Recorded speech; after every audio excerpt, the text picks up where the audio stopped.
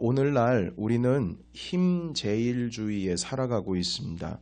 오늘과 같은 경쟁 시대에 경쟁력이 있어야지만 살 수 있습니다. 실제로 오늘날 글로벌 기업들과의 싸움에서 그 경쟁에서 살아남기 위해서 한국에 있는 많은 대기업들이 경쟁력을 키우죠. 무한 경쟁이라고 해서 힘을 키웁니다. 여러분, 요즘에는 국내에서 자기네들끼리 경쟁하는 것을 떠나서 모두 글로벌화가 되었기 때문에 전 세계와 싸우는 경쟁하는 그런 시대에 이미 돌입을 했습니다. 그렇게 쟁쟁했던 절대 무너질 것 같지 않았던 기업들이 있죠. 소니라고 하는 기업도 있고 야후라고 하는 기업이 있고 노키아라고 하는 기업들이 있습니다. 제가 고등학교, 대학교 때 이 이름만 들으면 대단했던 당시에 아주 전 세계를 호령을 했던 그런 기업들이었죠. 그런데 이런 기업들이 한순간에 무너지는 것, 몇 년 안에 무너지는 것들, 도저히 회생할 수 있는 힘을 다 잃어버렸던 그러한 시대를 우리는 이미 몇 년 전까지만 해도 보고 있었습니다. 이미 정상에 오른 자들은 그 정상을 빼앗기지 않고 지키기 위해서 발버둥을 치고요. 그리고 아직 정상에 오르지 못한 자는 그들을 밟고 올라가기 위해서 끊임없이 힘을 키우는, 정말 문자 그대로 냉정한 경쟁 시대에 우리가 지금 살아가고 있습니다. 이런 시대에 가장 필요한 것은 힘입니다. 한마디로 강하고 힘 있는 자만이 지경을, 그들의 꿈을, 비전을 넓힐 수가 있는 것입니다. 그런데 이 기독교에 있어서는 이와 반대로서의 역설적인 표현이 있습니다. 그것은 무엇이냐면 온유한 자가 땅을 차지한다라는 바로 그 말씀입니다. 오늘 우리가 읽은 시편의 마지막 그 11절의 말씀에 온유한 자들이 땅을 차지한다라는 말씀이 있는데요. 이 말씀을 예수님께서도 산상수훈 때에 반복하셔서 온유한 자는 복이 있나니 그들이 땅을 기업으로 받을 것이요, 마태복음 5장 5절에 다시 반복해서 말씀해 주셨습니다. 그런데 사실 우리가 곰곰이 생각을 해보면 온유한 자가 땅을 차지하기는 좀 많이 힘듭니다. 악착같이 벌어야 땅을 차지하지 이 순해가지고는 이게 안 되는 거죠. 한번 생각해 보시기 바랍니다. 당시에 이 말씀이 예수님께서 이 말씀을 하셨을 때에는 그 세계를 지배하고 있었던 나라가 로마였습니다. 여러분, 로마의 힘이 어떤 힘입니까? 전 세계를 호령했던 그 로마의 힘이 온유의 힘은 아니지 않습니까? 로마의 힘은 강한 군사적인 힘이었습니다.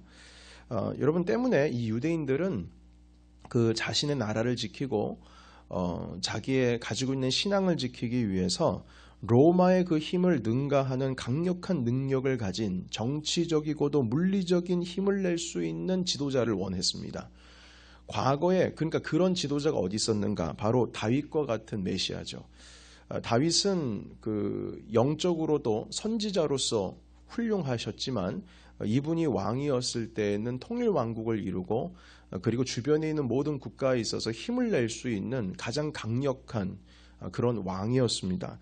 그래서 이런 다윗의 모습과 같은 메시아를 기다리고 있었고, 실질적으로 하나님께서도 다윗의 자손 가운데 메시아를 주시겠다고 말씀을 하셨기 때문에 그 다윗의 성품을 가지고 있는 메시아를 정말 원했습니다. 그리고 다윗이 유다 지파인데, 유다 지파는 이제 그 출애굽기 때부터 이제 역사적으로 보시게 되면 모든 싸움과 전쟁 가운데 선봉 대장들이었습니다.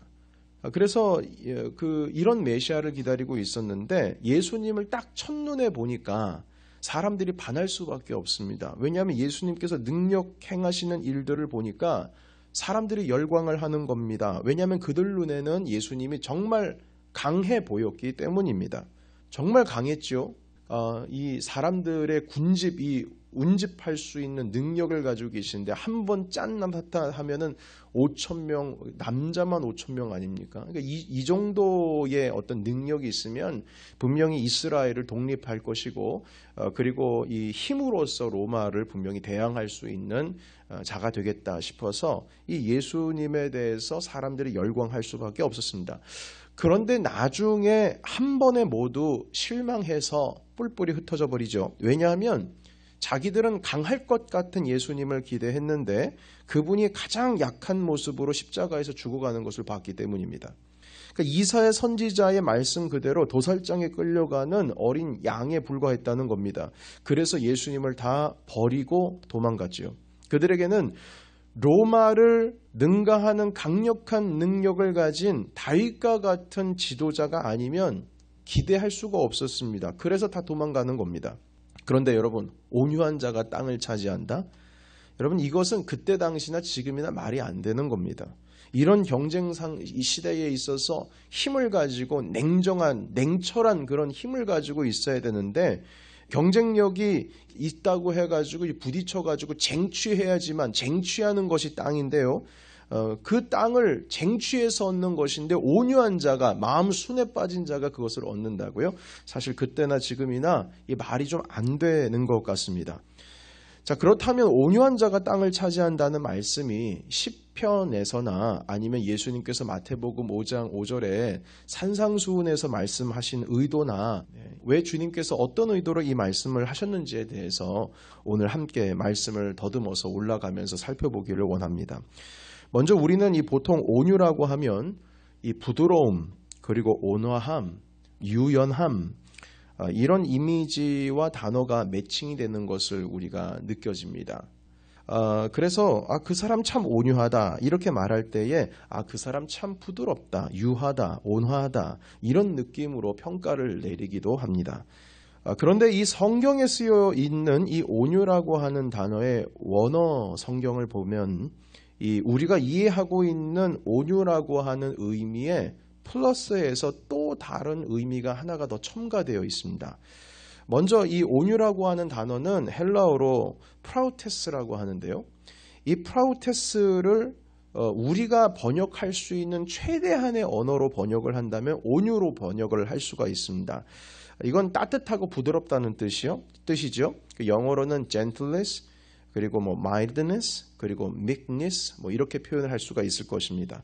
그런데 이것을 조금 더 이 헬라어의 본문의 원뜻에 합당하게 가장 가까운 표현으로서 한 단어로는 표현할 수는 없지만 그것을 정확하게 표현했던 단어일까? 온유라고 하는 단어가.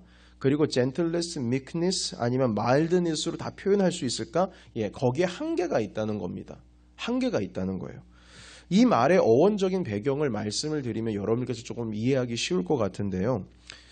당시에 그 벌판에 질주하던 야생마들, 이 야생마들을 길들여서 교통수단으로 많이 사용들 했습니다. 여러분 서부 개척 시대에도 미국에도 보면은 말 잡아가지고 야생마를 길들이지 않습니까? 그런데 그 거친 야생마가 순해지면 정말 쓸모가 있는 그 말이 되는 겁니다. 야생마를 길들였으니까요, 여러분 얼마나 힘이 넘쳐나겠어요? 그러니까 힘이 넘쳐나는 말을 길들인다는 것은 정말 좋은 말을 얻는 것과 마찬가지입니다. 그래서 이런 힘 있는 말인데 야생마인데 그 야생마가 쓸모 있는 말로 그 훈련이 되어져서 순해지게 되면은요, 그 말을 대하여서 그 말에 대하여서 그 말을 이름하여 프라우테스 말이다. 이렇게 이름을 헬라 시대 때에 써 붙였다고 합니다. 또 다른 표현으로는 그 사나운 맹수를 훈련시켜서 주인 명령에 잘 따르게 하고 순종하게 되면 주인은 그 짐승을 향하여서도 프라우테스라고 그런 이름, 수식어를 붙일 수가 있다는 겁니다. 여러분 사냥개 같은 경우에도 아주 사납지 않습니까? 그런 사나운 사냥개들을 훈련시켜가지고요, 주인의 어떤 말에 철저하게 복종할 수 있는 그런 순하게, 온순하게 주인이 통제할 수 있는 그러한 상태로 훈련시켜서 길들여지게 되면 그것을 향하여서 프라우테스한 개이다. 이렇게 그 앞에 수식어를 붙였다는 겁니다. 그런데 원래 본성은 사나운 짐승들이죠. 자, 그래서 이 프라우테스라고 하는 온유라고 하는 이 단어는 본능적인 행동을 통제할 수 있을 만큼 잘 훈련되었을 때에 사용하는 단어라고 합니다. 그냥 단지 부드럽고 온화하고 유하고 이게 아니고요. 원래 본성은 엄청 거친데 그 거친 본성이 훈련되어지고 길들여져서 주인이 컨트롤할 수 있을 만큼의 온화한 상태로 딱 되었을 때 그것을 프라우테스다 이렇게 표현했다는 겁니다. 이 온유라고 하는 헬라어의 의미가 본래 그러한 뜻을 가지고 있었기 때문에 성경에서 이 온유라고 하는 성품을 말씀하실 때에도 이러한 의미의 전제가 달라붙습니다. 통제되지 않는 성품이 길이 들여지고 훈련되어져서 통제할 수 있는 성품의 열매로 맺히는 것이 바로 성경에서 말씀하고 계시는 이 온유라고 하는 열매입니다. 그러니까 하나님에 의해서 길들여진 사람, 하나님에 의해서 훈련되어져서 주님의 통제 가운데에 온순해질 수 있는 사람, 하나님의 뜻이 이곳에 있다 하면 그것을 불순종하는 것이 아니라 네 주님 제가 가겠습니다 라고 순종하며 그곳을 따를 수 있는 사람, 이런 사람들에게 쓸 수 있는 단어가 바로 프라우테스다 라는 것이죠. 자, 그러면 여러분 이러한 성품의 사람의 예가 성경에 있을까요? 네, 많죠. 아주 많이 있습니다. 그 많은 사람들 중에 모세의 경우를 우리가 잠깐 살펴보기를 원하는데요. 성경에서는 사람을 향해서 이 사람 되게 온유한 사람이다 라고 했을 때에 예수님뿐만 아니라 한 사람을 향하여서 더 그런 표현을 썼는데 바로 그 사람이 모세였습니다. 민수기 12장 3절 말씀을 잠깐 보실까요? 여러분 성경 한번 찾아보겠습니다. 민수기서 12장 3절입니다. 이 사람 모세는 온유함이 지면의 모든 사람보다 더하더라. 아멘. 모세가 온유했답니다. 그런데 지면의 모든 사람보다 온유했다고 말씀하고 계시는데요. 그런데 여러분 우리가 곰곰이 좀 생각을 해보면 여러분들께서도 아시다시피 청년 시절의 모세는 온유한 사람이 아니었습니다. 이 청년 시절의 모세는 욱하는 성질이 있었는데 그 자기의 민족인 이스라엘 이 히브리인들이 이집트 사람에게 매맞는 것을 보고 참지 못해서 욱하는 그 성격 때문에 성질 못 이겨서 이집트 사람을 돌로 쳐 죽였습니다. 실수한 것이죠. 순간 두려워서 그냥 냅다 도망을 쳤다라고 성경에는 기록을 하고 있습니다. 그리고 미디안 광야에 들어가서 40년 만에 나타난 거 아닙니까? 그런데 이 40년 동안 미디안 광야에서 도망하여서 양을 치다가 하나님을 시내산에서 만났을 때의 그 80세의 모세는 완전히 달라져 있었습니다. 그때는 온순한 양이 이미 돼버렸죠. 여러분 우리가 그가 온유했다라고 하는 사실을 어떤 것을 통해서 볼 수 있는지 한번 그것을 잠깐 살펴보도록 하겠습니다. 여러분 애굽에 10번의 재앙이 일어나지 않았습니까? 그런데 왜 한 번에 끝나지 않고 10번의 재앙이 일어났을까요? 그 이유는 애굽 왕 바로가 이스라엘 백성들을 보내주겠다고 약속을 했다가도 갑자기 마음을 돌이키고 그 약속을 지키지 않았기 때문에 계속 재앙이 반복이 되는 겁니다. 그러니까 맨 처음에는 안 된다 하니까 재앙이 반복이 되었지만 나중에는 그래 보내줄게, 견디지 못해서 보내줄게 하다가 갑자기 마음이 변하는 거예요. 그래서 재앙이 계속 반복되고 있는 것입니다.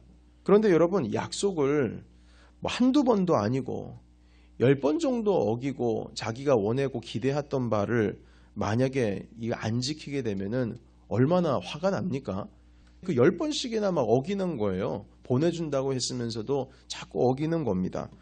여러분 저 같으면은요 옛날 성질 같으면은 옛날 모세 성질 같으면은 욱했을 것 같다는 생각이 들어요. 그럼에도 불구하고 그 상황 가운데에서 자기를 그대로 안정지키고 포기하지 않고 하나님 말씀 순종해서 계속 바로를 만나고 또 만나고 주님 이거 안 되는 거 아닙니까? 당신께서 한번 보냈으면 돼야 되는데 이걸 몇 번씩이나 이거 어기는데 주님 저 못하겠습니다. 이게 아니고요. 또 가고 또 가고 또 가고 10번씩이나 이 거절당함에도 불구하고 똑같은 어조로 반복해서 말합니다. 내 백성을 보내주시오. 그게 답니다. 그러니까 하나님께서 이 모세에게 한 번 명령을 내리신 모습 가운데 있어서 모세가 그 어려운 상황들을 인내하면서 주님께서 주신 명령을 끝까지 될 때까지 잘 그 상황을 지켜나가면서 이끌어 나가고 있는 모습을 보게 됩니다. 이것이 바로 온유의 모습이죠. 또 한 번 다른 이스라엘의 출애굽 역사를 통해서 한번 모세의 온유함을 보겠습니다. 여러분 이스라엘 백성들이 시내산에 이르기까지 얼마나 많은 불평을 합니까? 한두 번 아니고요. 그것이 40년 통째로 그 기간 동안에 맨날 불평입니다. 어려움이 있을 때마다 그래요. 홍해 앞에서 물이 앞에 있다고 불평하죠. 그러면 모세는 그 물을 갈라버렸습니다. 홍해를 갈라버렸어요. 목이 마르다고 하면은 그렇게 불평하면 반석에서 물을 내줬습니다. 배고프다고 불평하면 하나님께 기도해서 만나를 얻었습니다. 배를 채우는 데서 끝나지 않고 나 고기 못 먹어서 힘들다고 하면 그렇게 불평하면 하나님께 기도해서 메추라기도 먹게 합니다. 불평은 계속되는데 모세는 하나님을 통해서 그걸 공급해줘요. 그런데 그 불평이 끝이 없습니다.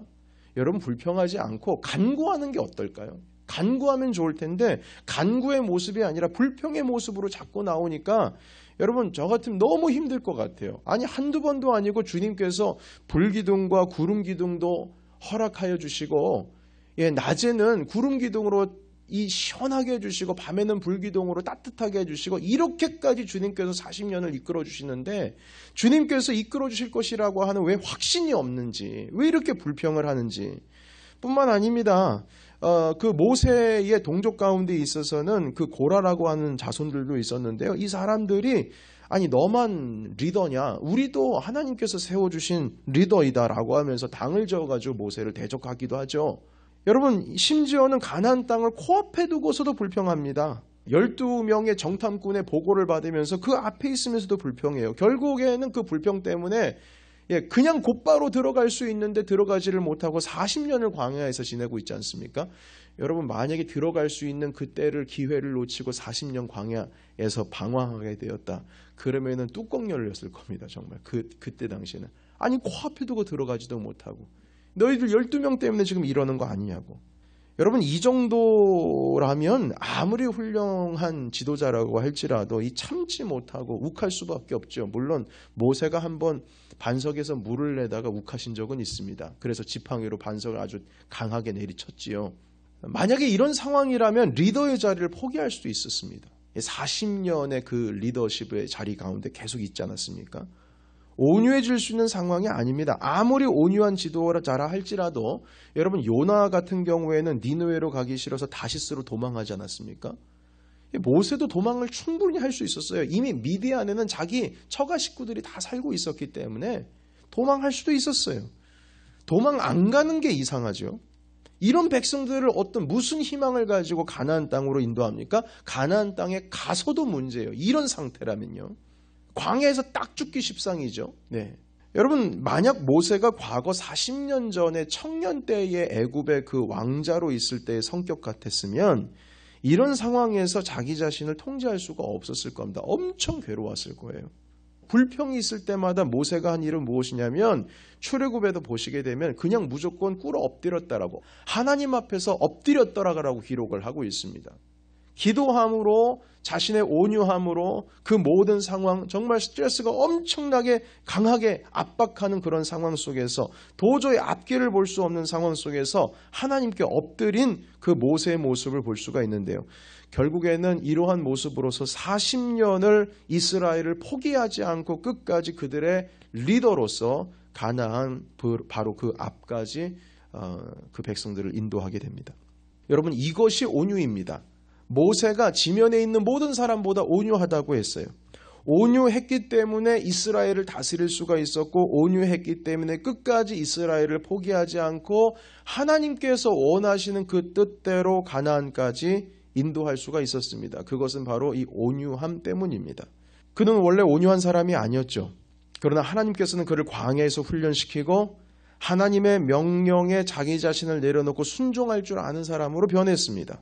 그래서 성경은 그를 온유하다고 평가하고 있습니다. 훈련된 야생마가 된 것이죠.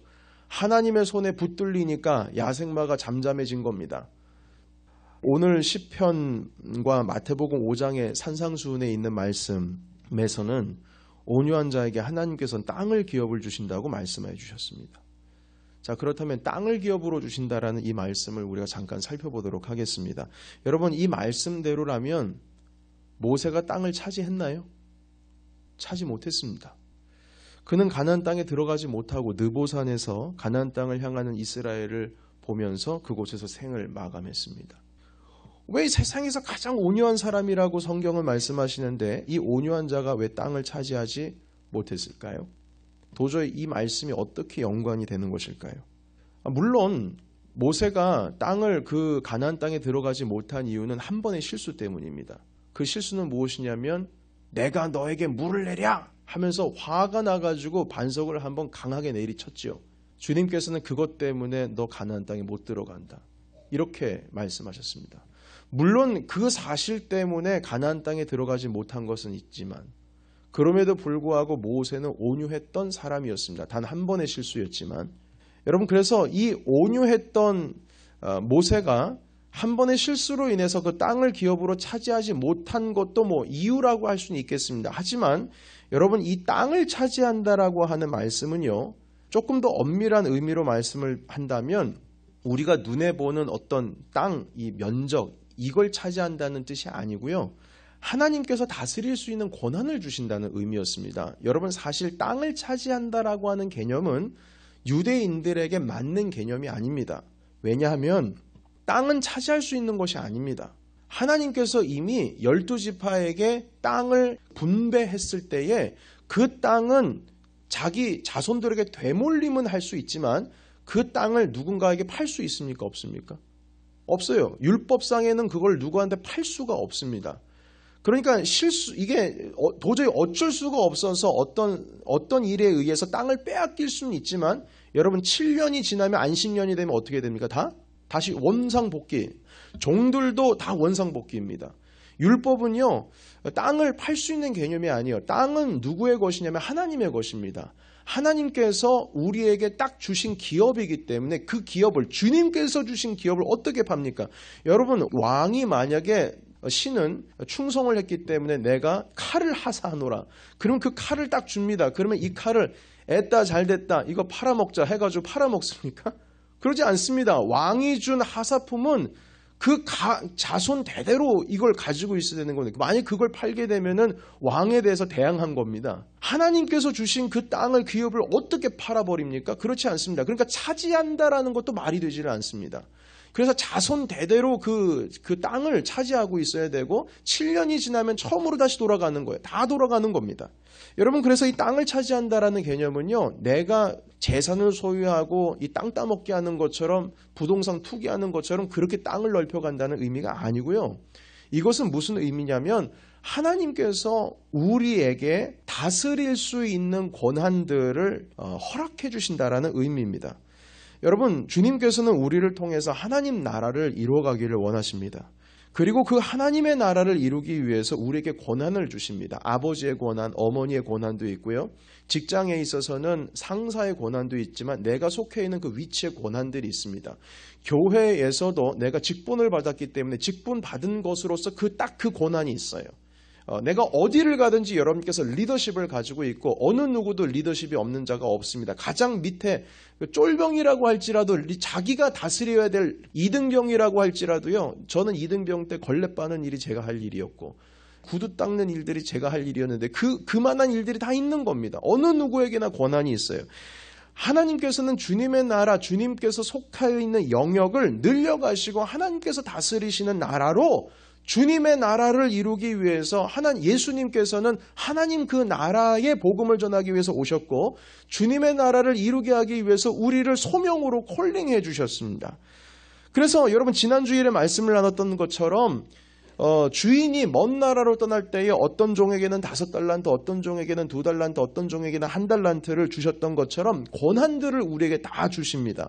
그런데 그 하나님께서 우리에게 다스릴 수 있는 권한을 우리에게 주실 때의 그 평가 방법이 온유라는 겁니다. 주님의 손에 통제가 되고 하나님의 손에 컨트롤이 가능한 자인가? 거친 야생마가 힘만 넘쳐나가지고 방방 뛰는 게 아니라 훈련이 되어져서 하나님께 속하 있는 자로서 주님께서 이리 가자 그러면 이리 가고 저리 가자라면 저기 갈 수 있는 그런 주님 앞에서의 젠틀리스와 미크니스를 가지고 있는가? 온유한가? 온순한가? 길들여졌는가? 훈련되어졌는가? 그것이 주님께서 지금 말씀하시는 온유라고 하는 겁니다. 모세가 가지고 있는 그 권한은요, 정말 그때 당시에는 엄청 컸습니다. 여러분, 200만 명이나 되는 이스라엘 백성들을 가나안까지 인도하는 그 다스리는 권한의 능력이 얼마나 컸습니까? 그게 그가 가지고 있는 권한이에요. 만약에 모세가 온유하지를 못했으면요, 200만 그거 가나안 땅으로 데리고 가지를 못했습니다. 중도에 포기했을 거예요. 어떻게 그걸 감당합니까? 저 같으면 감당 못합니다.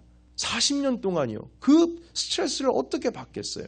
그럼에도 불구하고 모세가 엎드릴 줄 알고 온유하기 때문에 그 권한을 얻게 되었다는 것이죠. 여러분, 그 세상에 있는 모든 땅은 하나님의 소유입니다. 학개서 2장 8절의 말씀 보시면 은도 내 것이요 금도 내 것이라 만군의 여호와의 말이니라. 그래서 이 하나님의 나라에 있는 모든 소유를 하나님의 나라로 이루게 하기 위해서, 다시금 주님의 영역으로 돌려드리기 위해서, 사단의 영역으로 빼앗겼던 그 모든 것들을 다 하나님의 영역으로 만들기 위해서 주님께서는 오늘도 우리를 콜링하시고 그 권한을 우리에게 맡겨주신다는 겁니다. 여러분, 예를 들겠습니다. 여러분들께서 행하고 있는 삶의 권한의 영역 가운데에 정치라고 하는 영역이 있습니다. 비즈니스의 영역들이 있습니다. 과학기술의 영역이 있습니다. 종교의 영역이 있습니다. 가정의 영역이 있습니다. 모두 아버지, 어머니이십니다. 그리고 남편과 아내이죠. 교육의 영역이 있습니다. 예술의 영역이 있습니다. 아트, 엔터테인먼트, 이런 것들입니다. 커뮤니케이션의 영역이 있습니다. 신문, 방송. 여러분, 온 세계가 이러한 8가지의 영역을 통해서 움직이고 있습니다. 자, 그런데 이 영역을 누가 다스려야 되겠습니까? 하나님께서 다스리시는 영역이 되어야 되지 않겠습니까? 가정의 영역이, 여러분, 가정의 영역이 동성애자들로서 가정이 이루어지게 되면 그것이 하나님의 영역입니까? 주님께서는 한 여자와 한 남자와 결혼해서 가정을 이루게 하셨는데 그 가정을 지켜야 되는 거 아니겠습니까? 여러분, 예술의 영역은 누구의 영역입니까? 음악의 영역은 하나님의 영역 아닙니까? 그 하나님께 그 모든 영역들을 주님께로 돌려드려야 되지 않겠어요?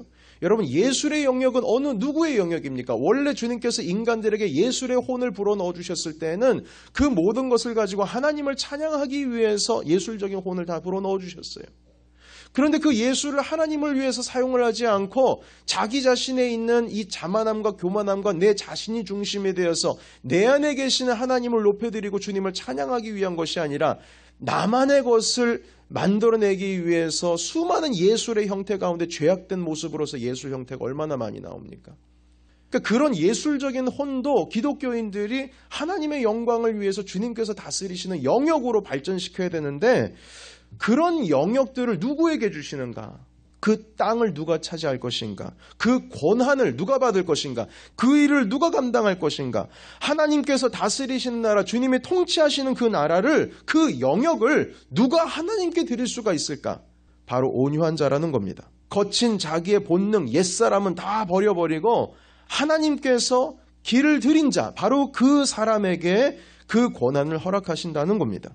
자, 사랑하는 여러분, 만약 하나님께서 여러분들께 주신 그 달란트의 영역을 확장시키고 그 지경을 넓혀가기 위해서는 온유함이 있어야 됩니다. 주님께서 이리 가라면 이리 가고 저리 가라면 저리 갈 수 있는, 내 옛된 본성은 다 내려놓고 온화함으로, 그 부드러움으로 주님 앞에 서 있을 때에 주님께서는 그에게 우리가 가지고 있는 달란트를 더욱더 확장시켜 주시고 그 지경을 넓혀 주실 것입니다. 여러분들의 기업도 그렇게 해서 확장되어 갑니다. 여러분, 바로 이때에 하나님께서는 모세에게, 이스라엘에게 맡기셨던 것처럼 우리에게도 우리가 가지고 있는 그 달란트의 영역을 하나님의 나라로 이루시기 위해서 우리에게 더 큰 지경으로 맡기실